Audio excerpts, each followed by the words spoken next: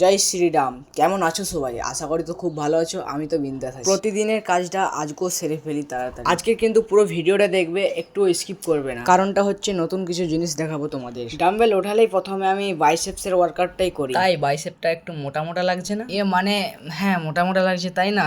হ্যাঁ, আজ তোমাদের নতুন কিছু দেখাবো, তাই সব কিছু দেখতে পাবে, পুরো ভিডিওটা দেখো। তার আগে প্রতিদিনের মতো আজকেও ওয়ার্কআউটগুলো কমপ্লিট করে নিই। চেস্ট ওয়ার্কআউটের মধ্যে আমি এই ওয়ার্কআউটটাই প্রতিদিন করতাম, তবে আজ থেকে এই ওয়ার্কআউটটাও অ্যাড করলাম। অ্যাবসের জন্য এই ওয়ার্কআউটটা 40 সেট করলাম and 30 set normal push up, 20 set diamond push up, লাস্টে করলাম দেশি পুশ আপ 30 রেপস। এখন ফাইনালি ওয়ার্কআউট কমপ্লিট হয়ে গেছে। চলো এবার তোমাদেরকে নতুন জিনিসটা বলছি। নতুন জিনিস বলতে তেমন কিছু না, ওই ওয়ার্কআউটের পর যেটা বানিয়ে খাই আমি প্রতিদিন, সেইটাই আজ তোমাদের সাথে শেয়ার। তোমরা তো দেখতে পেলে, প্রথমে দিলাম কাজু কিশমিশ যেগুলো রাতে ভেজতে দেওয়া ছিল, তারপরে দিলাম কলা, খেজুর, দুধ আর লাস্টে মধু। তারপর সেটাকে মিক্সচারের মধ্যে 2 মিনিট ঘোরালে হয়ে যাবে বানানা শেক রেডি। খেতে কিন্তু বেশ সুন্দর লাগে। আমি কিন্তু প্রতিদিন বানিয়ে খাই। চাইলে তোমরাও একবার ঘরে বানিয়ে ট্রাই করে দেখতে পারো।